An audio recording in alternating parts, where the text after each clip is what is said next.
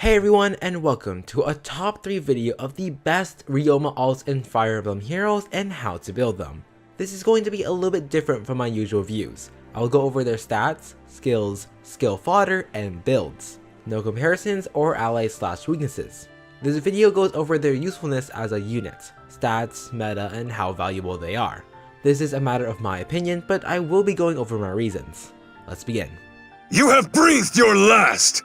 Starting in the last place is normal Ryoma. The one at the launch of the game and was super strong and was placed like S+ tiers by everyone. He was even on the first Eurofest. Of course, as 2 years have passed, Ryoma has come worse in the face of the meta. Not hit as hard as Xander and Camus, but still pretty bad. Ryoma has 41 HP, 34 attack, 35 speed, 27 defense, and 21 resistance. Thankfully, none of his super banes hurt his BST scoring. Then again, his BST scoring is old. Ryoma has pretty solid HP, 34-35 is not a bad offensive spread, but 27 defense and 21 resistance isn't that good. He comes with his Divine Raijinto that has this encounter built in. It's a pretty strong weapon, and back in the day, having this encounter weapon kind of made you a top tier. Xander, Camus, Ike, Black Knights, with this encounter in the weapon that opened the A slot which could be used for skills like Fury, Life and Death, Steady Breath, etc. This also made Ryoma a very good enemy phase unit. With 34 attack and Raijinto's 16 might, he reaches an even 50 attack. His special is Astra. He is a sword master, which is why he has this. Not the best special since it has a long cooldown and boosting damage percentage specials work better with high attack units. Draconic Aura or Moomba would be better.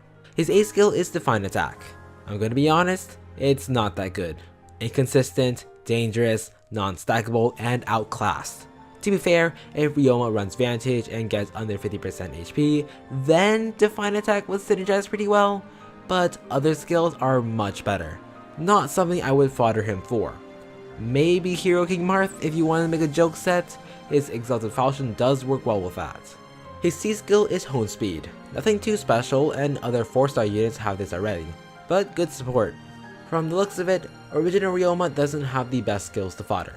The first build is arguably his best set. It optimizes Raijinto and his enemy phase power to the fullest. Life and Death along with Brazen can boost his attack power and kill the enemy in one shot. Of course, Special can be replaced and you can run Fierce Stance over Brazen. Negative wise, this set kinda pales in comparison to Vengeful Fighter and other skills. Second build is a player phase set. He does have 35 speed, so with Life and Death, 40 is pretty good, but not impressive. With Heavy Blade, he only needs to hit once to use Moomba on the second hit, but he's very weak to magic attacks, or any attacks for that matter. So who do you think is going to be second? I thought about this one pretty long, but I think I can make a compelling case.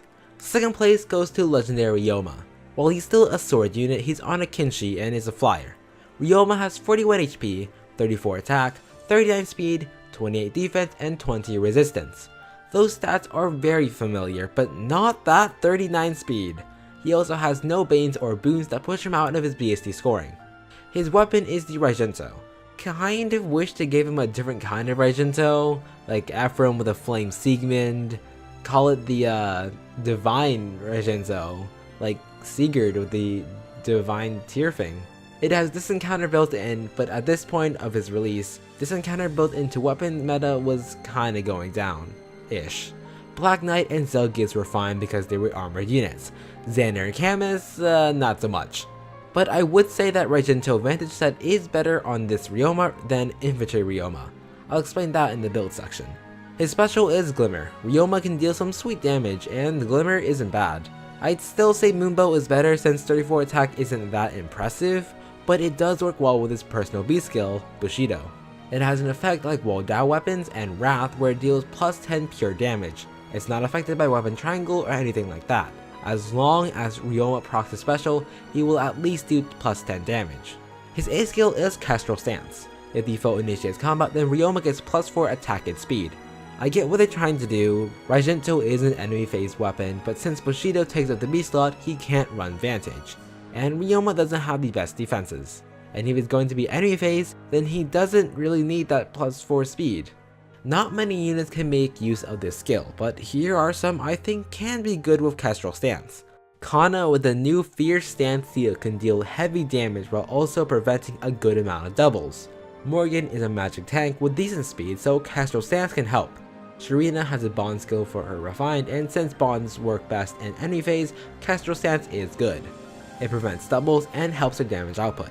His C skill is guidance. It's very good for supporting infantry and armored units, and who knows, there might be a time where Ryoma can't win and he needs some help. It's a good skill fodder, but it's also a seal. First build uses Fury instead of Kestrel stance because Fury is more consistent. The recoil also helps with Brazen's HP condition.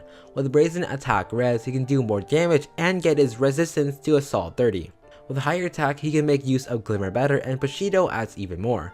Negative wise, the Fury damage can rack up, then it's going to be hard to leave Ryoma in the enemy's range. Second set is the Life and Death Advantage set. Normal Ryoma can also use this, but as I said before, I'd say that Legendary Ryoma does it better.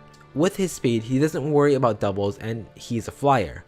With this set, Ryoma can handle a lot of archers that can shoot him down. Normal Ryoma doesn't really have an infantry weakness aside from Poison Dagger.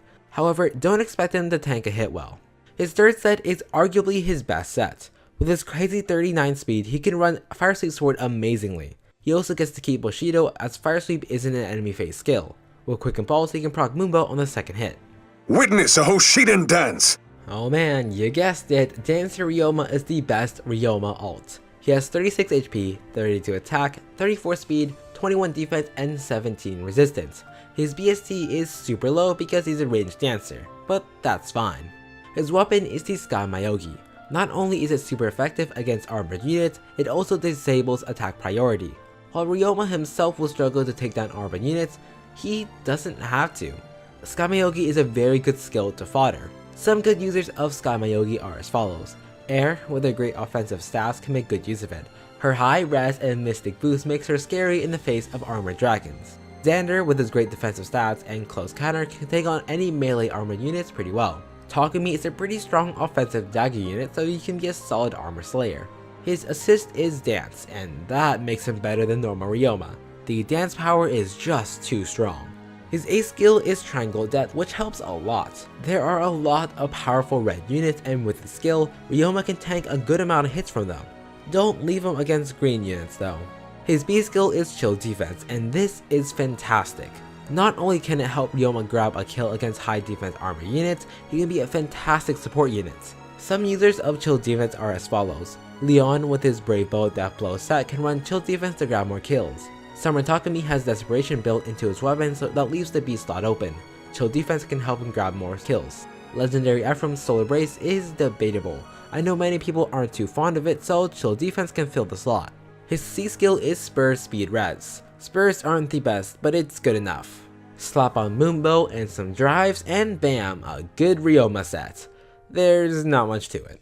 Second build is where it gets interesting. With Triangle Death, Swordbreaker, and Close Defense, he's a good choke point for armored sword units while also being a dancer. He has the power to stop a Bolt Fighter plus 10 Zelgius, which is something the other Ryomas can't do.